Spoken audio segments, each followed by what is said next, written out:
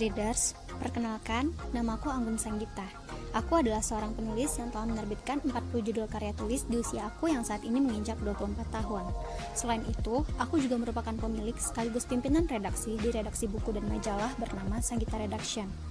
Semua materi yang aku sampaikan melalui audio text channel YouTube aku ini merupakan karya tulis aku sendiri yang sudah terbit, sehingga minim sekali akan hoax karena sudah didasarkan oleh referensi yang matang dan lolos terbit. Bagi teman-teman Goodreaders yang mau mengikuti karya tulis aku yang lain, bisa update di akun Instagram san_anggun. Langsung di follow ya, dan jangan lupa juga untuk subscribe channel YouTube aku. Terima kasih.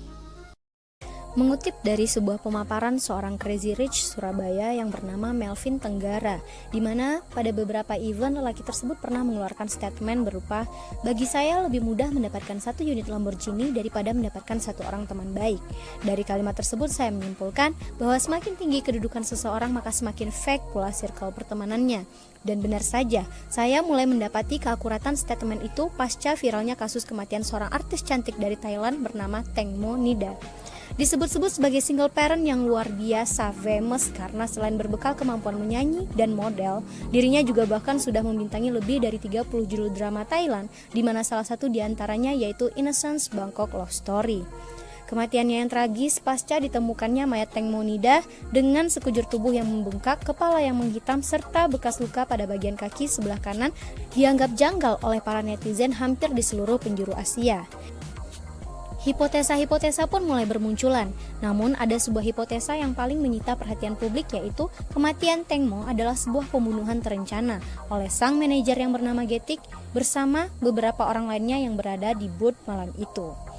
Getik dan teman-teman diprediksi telah melakukan penjualan diri terhadap Tengmo, namun Tengmo seolah menolak. Akhirnya mereka diprediksi memilih jalan kekerasan, bertolak dengan cerita yang disampaikan oleh Getik bersama dengan teman-teman yang lain, di mana mereka mengatakan bahwa malam itu Tengmo ingin buang air kecil sedang toilet di booth mereka rusak. Itulah yang menjadi alasan Tengmo memilih buang air di bagian belakang booth. Publik beranggapan bahwa swimsuit yang dikenakan oleh Tengmo malam itu adalah swimsuit tanpa bukaan, dan jika ingin buang air maka Tengmo harus membuka semua pakaiannya, sehingga tidak mungkin perempuan tersebut memilih membuang air di bagian belakang booth. Selain polemik swimsuit yang kian memperpanas hipotesa publik, ada banyak sekali pemaparan-pemaparan yang dianggap tidak sesuai dan tidak masuk akal dari Getik berikut teman-temannya. Hanya saja saya tidak akan membahas secara satu persatu karena sudah banyak sekali pembahasan mengenai hal tersebut yang bisa kita dapati di berbagai sosial media.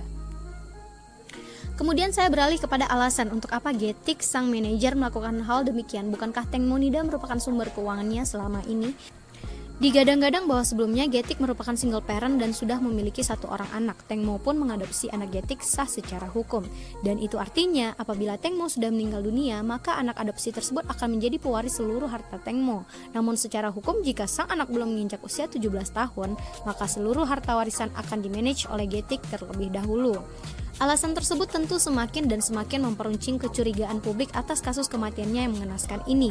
Dalam tulisan ini saya tidak akan terfokus kepada penyebab, latar belakang, ataupun kronologi karena saya justru lebih tertarik kepada imbasnya terhadap kaum wanita, terutama melalui sosial media. Pasca ditemukannya jasad Tengmo yang mengenaskan, banyak cuitan-cuitan yang diunggah berisi tentang kaum wanita yang mulai merasa takut jika harus terlalu cantik, glowing, seksi, splendid, dan lain-lain. Barangkali kaum wanita umumnya dan para muslimah khususnya lebih mendambakan kecantikan yang alami secukupnya, lahir batin, serta cantik dunia dan akhirat.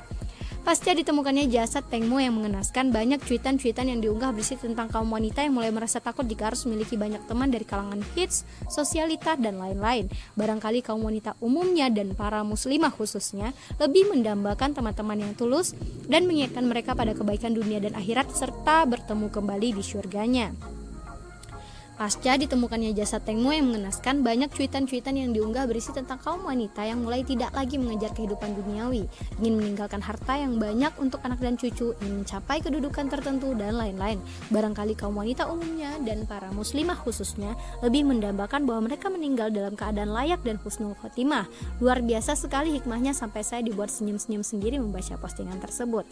Sebagai penutup dari hati ke hati saya pribadi untuk seorang Tengmo Nida, Tuhan telah menyelesaikan segala urusan kamu dari permainan dan tipu muslihat dunia yang kejam. Bahkan tidak harus berada di posisi seorang Tengmonida untuk mengetahui bahwa tidak semua rekan adalah teman. Memilih untuk mencapai puncak yang tinggi, kamu pasti tahu bahwa terjangan angin yang akan menerpa bahkan menghantam kamu akan semakin kencang.